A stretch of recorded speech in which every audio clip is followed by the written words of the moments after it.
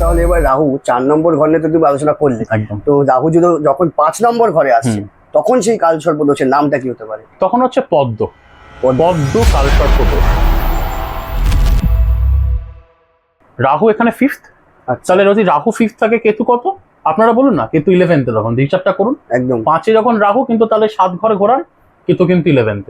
প্রথম সমস্যা প্রেগনেন্সিতে প্রবলেম, প্রোগেন্সি বা সন্তান ধারণের ক্ষেত্রে অসুবিধা দেখা যায় আপনাদের। এখানে কিন্তু একটু টেক কেয়ার করতে হবে, নিজেদেরকে রেমেডি নিতে হবে।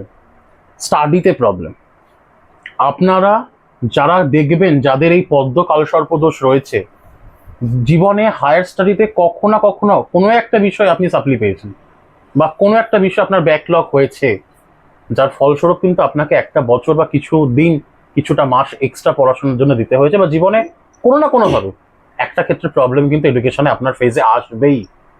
লাভ লাইফের প্রবলেম, মানে ভালোবাসা এখানে পূর্তি নেই, ভালোবাসা এখানে অধস্তমিত, মানে ভালোবাসা এখানে ডাউন, মানে আপনি যা ইনপুট দেবেন তার আউটপুট 0।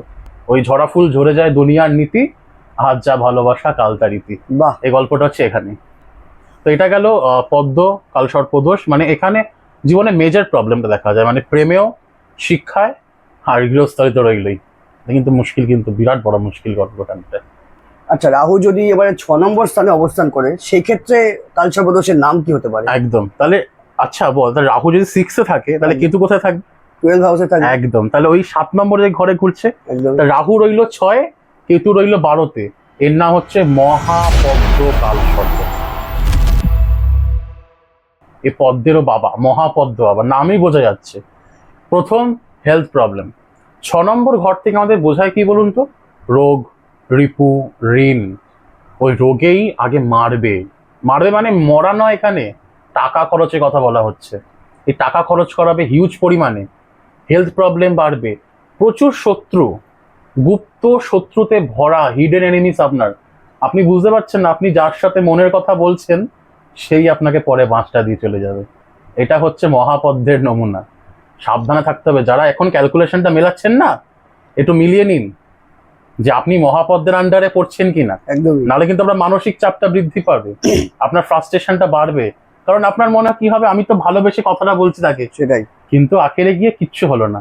সেই কিন্তু আপনার কথা অন্য কাউকে বলবে, কান ভাঙাবে। সুতরাং আপনার কাজটা, যে কাজটা হওয়ার কথা, সেই কাজটা কিন্তু আটকাবে, কারণ নজর দোষ। এখান থেকে বাঁচুন। এটা গেল মহাপদ্ম। মানে বিশ্বাস করে কাউকে কিছু বলে থাকে 10 বার অবশ্যই ভেবে নেওয়া উচিত। একদম একদম একদম একদম। আচ্ছা, তোমার ক্যালকুলেশন অনুযায়ী কেতুর তো এখন 1st নম্বর ঘরে থাকার কথা, মানে ফার্স্ট হাউসে, আর সেক্ষেত্রে তাহলে রাহু চলে যাচ্ছে 7th হাউসে। তো এক্ষেত্রে কালসর্প দোষের নামটা কি হতে পারে? এক্ষেত্রে কালসর্প দোষের নাম হচ্ছে তক্ষক। তক্ষক কালসর্প। এর একটা রেফারেন্স বলি মহাভারতের সাথে। তক্ষক যে সাপ ছিল, বা এই সাপের যে প্রজাতি ছিল না, এ খুব ডেঞ্জারাস ছিল একদম সাপটা। মানে তক্ষক চালানোর পরে কি হবে, যার এগেনস্টে আপনি চালাবেন তার মৃত্যু নিশ্চিত। তো এই ক্ষেত্রে কি হয়েছিল, মানে শ্রীকৃষ্ণ ছিলেন আমাদের অর্জুনের রথের সারথি। তো যখন দুর্যোধন ওকে যখন চালায় হচ্ছে, সরি দুর্যোধন বলাটা ভুল, এখানে কর্ণ যখন ওকে চালায় হচ্ছে তক্ষককে রেখে, বানে রেখে চালায়, তখন ফোকাস ছিল যে অর্জুনকে মারবে। মানে তক্ষকে মারা মানে হচ্ছে ডেথ। অর্জুন আর বাঁচত না। কিন্তু যার রথের সারথি স্বয়ং কৃষ্ণ, তার কিসের ভয়? তো শ্রীকৃষ্ণ কিন্তু অর্জুনকে সাবধান করেছিলেন, পার্থ তক্ষক আসছে সাবধান। কিন্তু অর্জুনের যে গান্ডীব তখন কিন্তু কাজ করেনি। তক্ষকের এত পাওয়ার, এত স্ট্রেস তখন কিন্তু কাজ করে, যার ফলে অর্জুনের তীর ভেদ করে তক্ষক এগিয়ে এসেছিল। এবং রথে মধ্যস্থ অবস্থিত যখন বসেছিল শ্রীকৃষ্ণ, তখন তার শ্রীকৃষ্ণ বা পায়ের চেটোটা দিয়ে চেপে দিয়েছিল, অর্থাৎ ওদের রথটা একটু এরকম বাঁ দিকে এলে গেছিল, যার ফলস্বরূপ ওই তীরটা বেরিয়ে চলে যায়, গিয়ে একজন সাধারণ ওখানে যে যুদ্ধ করছিল সে মারা যায়। তক্ষকের বিষ কিন্তু ডেঞ্জারাস। আমাদের জীবনে যখন কালসর্পের কথা আমরা বলছি, রাহু যখন 7th-এ, কেতু যখন 1st, এরকম বিষ কিন্তু আসতে পারে ম্যারেজ লাইফে। অন্তত পক্ষে সেই সব অনেক সময় ধরনের কান ভাঙানো থাকে, কিছু শ্বশুর শাশুড়ি থাকে পরিবারের, যারা কান ভাঙায়, এদের পায় জিনিসগুলো। এই তক্ষক কালসর্প দোষে এরকম শ্বশুর শাশুড়ি পাওয়া যায়। যারা সবসময় উঠতে বসতে কথা শোনায়, কান ভাঙায়, ম্যারেজ লাইফটা প্রবলেম তৈরি করে দেবে, সমস্যাময়, আপনি বেরোতে পারবেন না। আপনার মনে হচ্ছে এখন বেরোবো, না হচ্ছে না, আবার তার একটা সমস্যা। পার্টনারশিপ বিজনেসে প্রবলেম আসে, যেখানে আপনি পার্টনারশিপ ভাবছেন, যেখানে ভাবছেন যে আপনি নিজে থেকে কিছু একটা নতুন ইনিশিয়েট করবেন, 2-4 জন মিলে করবেন, সেখানে করতে দেবে না এই তক্ষক কালসর্প দোষ, আপনাকে সেখানে আটকাবে। বাধা হয়ে মেলান জিনিসগুলো, মেলান, আপনাদের থাকে, আপনি মেলান জিনিসগুলো, এগুলো একদম। হচ্ছে কিনা। সন্দেহবাতী চূড়ান্ত লেভেলে নিয়ে যাবে সন্দেহবাতী, যার ফলস্বরূপ ওই ঘুরে ফিরে ম্যারেজ লাইফেই সমস্যা।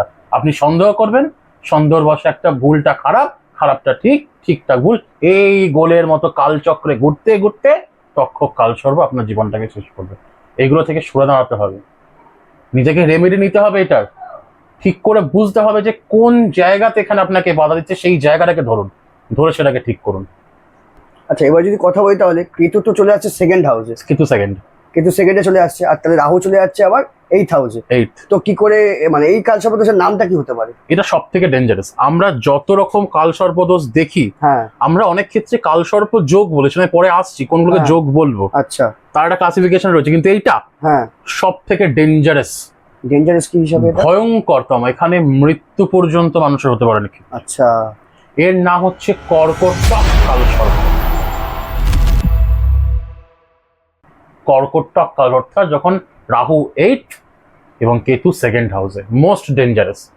হঠাৎ অ্যাক্সিডেন্ট, দুর্ঘটনা, আপনি বুঝতেই পারলেন না, এমন ভাবে সিঁড়ি থেকে পড়লেন যে গেল, হাতটা ভেঙে মাথা ফেটে চৌচি, মানে পুরোপুরি আনপ্রেডিক্টেবল একদম। একদম আনসার্টেন, অনিশ্চিত। গোপন শত্রুতে ভরা এদের জীবন, এরা জানে না কোথায়। আচ্ছা। নিজের বাড়িতে শত্রু লুকিয়ে থাকে, সব থেকে যে এদের সাথে হয় না জিনিসটা, এর সাথে ব্ল্যাক ম্যাজিক হয়ে থাকে, ব্ল্যাক ম্যাজিক বা কালা জাদু আমরা যাকে বলি, তাই তো? একদম। তন্ত্রের নোংরা নিকৃষ্টতম ক্রিয়াগুলো কিন্তু এখানে হয়ে থাকে আপনাদের সাথে, অর্থাৎ গোপন শত্রু এখানে।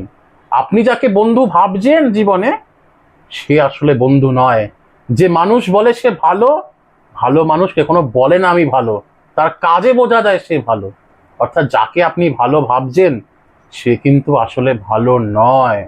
এই ভালো খারাপটা বুঝতে হবে কিন্তু জীবনে, অর্থাৎ যার ফলে এই গোপন গোপন ক্রিয়ার শিকার আপনারা অনেক ক্ষেত্রে হতে হয়। আপনারা দেখুন তো মিলে এরকম হয় কিনা, কখনো দেখেছেন এরকম বাধা তৈরি হচ্ছে হট করে ভালো কাজের মধ্যে গিয়ে?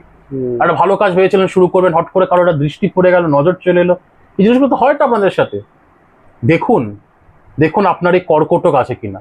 আরেকটা আছে পরিবারে, পারিবারিক সম্পত্তি নিয়ে টানাটানি, বাবা, হবেই, মাস্ট মাস্ট।